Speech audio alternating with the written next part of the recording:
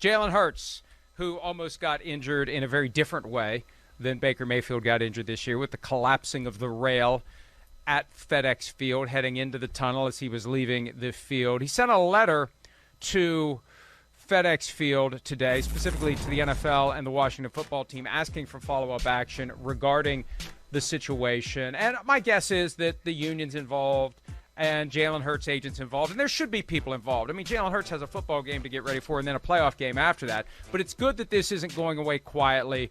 Here is Jalen Hurts talking about his decision to send that letter. I tried to handle the situation with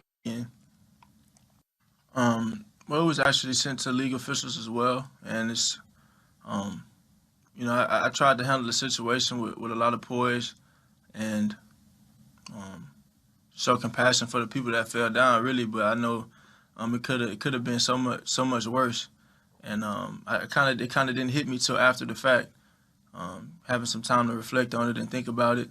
I just wanted to see what could be done to make sure it doesn't happen again. That's all I really care about. That's a very tragic incident, and it could have been much worse, much worse. But I just don't want it to happen again. And I think his reaction is the normal human reaction to a situation like that. As it's occurring, you're processing it in real time, and you're like, what just happened here? And, hey, is everybody okay? Let's get up. And you're not going to make a big deal about it then and there. But, yeah, once you get removed from it, you're thinking, holy crap, that could have been bad for me. Somebody could have broken their neck. Somebody could have died. It could have been a disaster, and that should never happen in a stadium for any sport.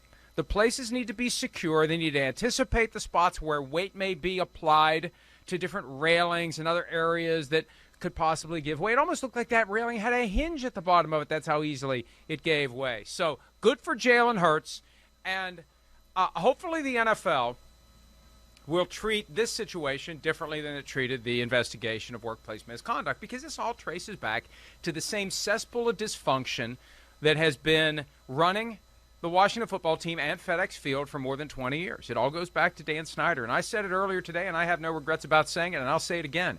They all need to come together at the National Football League and get rid of Daniel Snyder. He should not own that team. They should force him to sell. They should invoke whatever procedures are available to them under the NFL's Constitution and bylaws and strip the team from him, compensate him for it, obviously, but they need to get rid of him. He is a stain on the shield, and Sunday's incident makes it even more obvious, Charean. Yeah, and when you watch that video, Mike, how close Jalen Hurts came to getting really hit and probably really injured. Can you imagine if that railing had taken out the starting quarterback of a division rival? That would have been unbelievable. And by the way, he was limited today with an ankle injury, and that thing came close to hitting his ankles, and the people came close to falling on him, and how he avoided all that, I don't know, but very dangerous situation. I hope we never see this again. They need to do something to assure that that's not going to happen again until they build a new stadium.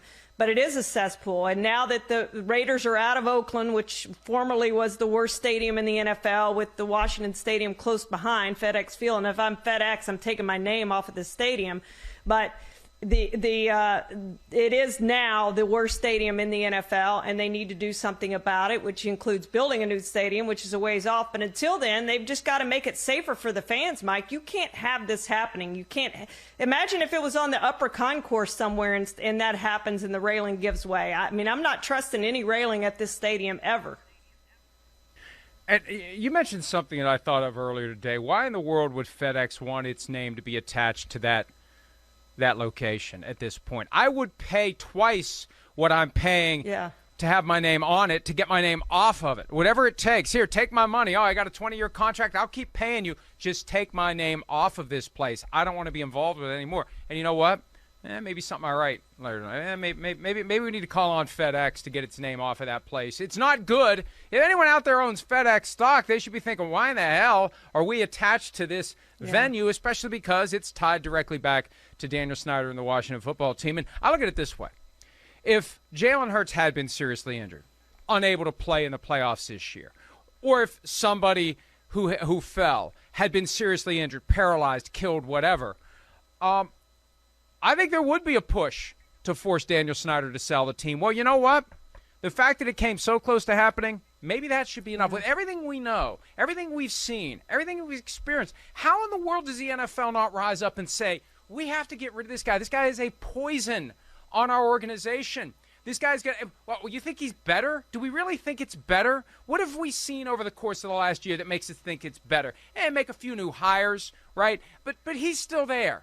It's good that they're doing things superficially to change the appearance, but you got no choice. When you're on the run and they've got all the goods on you necessary to get rid of you, yeah, you're going to do whatever you have to do to keep them from forcing you to sell. But I think that beneath the surface, the problems are still there. They need to sell the team. More importantly, the NFL needs to take action that will result in a new owner. Surely there's somebody out there who would be a more responsible and caring and appropriate owner of the team than Daniel Snyder. I mean, frankly, the bar is pretty low. They could probably throw a dart and hit somebody who would be a more responsible owner than Daniel Snyder has been over the last 20 years, in my opinion. I have to say in my opinion, because if I say it's a fact, he's going to sue me for defamation. So these are all the expression of my opinions. I really don't want to go to court. Well, I kind of would like to, but I really don't want to. I don't want to put that on NBC. We don't want to get sued. We don't want to get anybody sued. We don't want to be in court. And so these are all expressions of opinion. And in my opinion, the NFL should get rid of Daniel Snyder, Charean.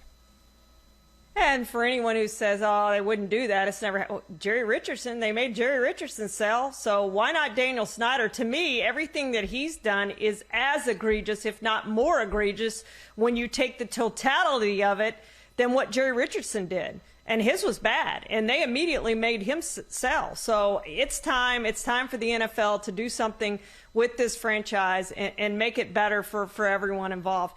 Not only that, Mike, they haven't won. They haven't done anything anyway. The fans would be happy. Everyone would be happy to see Daniel Snyder go, aside perhaps from some of the owners who like beating up on their football team every Sunday. Hi, I'm Mike Tirico, and thanks for watching. Make sure to hit subscribe for the latest news and highlights from NBC Sports.